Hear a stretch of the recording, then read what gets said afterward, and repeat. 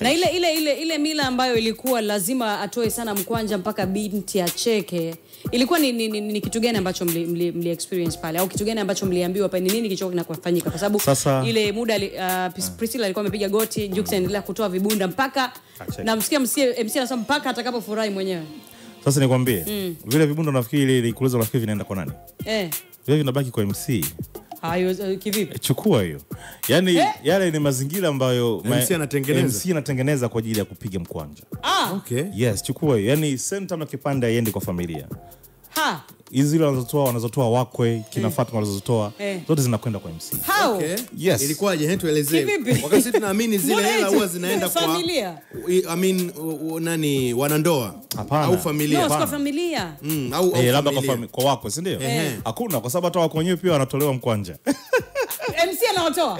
Wakwe wenyewe mama anatoa mkwanja wa biharusi. Unajua na wao wageni, kwa hiyo kuna mazingira ambayo natengeneza wao waweze kupiga pesa nje ya hela ambayo amelipwa MC. Mimi before nilikuwa najua labda halipwi, na wakaniambia tena yule dada amesafiri kutoka Canada.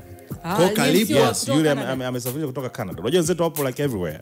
Kwa hiyo dada yuko Marekani, anakinukisha traditional, lakini ni Nigeria. Nigeria. Anaweza kaenda wapi, Uingereza, London, anazunguka dunia kwa ajili ya kufanya hizo event za she's well paid off. Yuko vizuri. Kwa hiyo ametoka Canada. Kwa ile mikwanja alikuwa anatoa Jux ni kwa ajili ya MC. Yaani kibunda chake kipo, kibegi kimejaa dakika ya mwisho. Kwa hiyo yale ni mazingira ambayo anakuwa anatengeneza.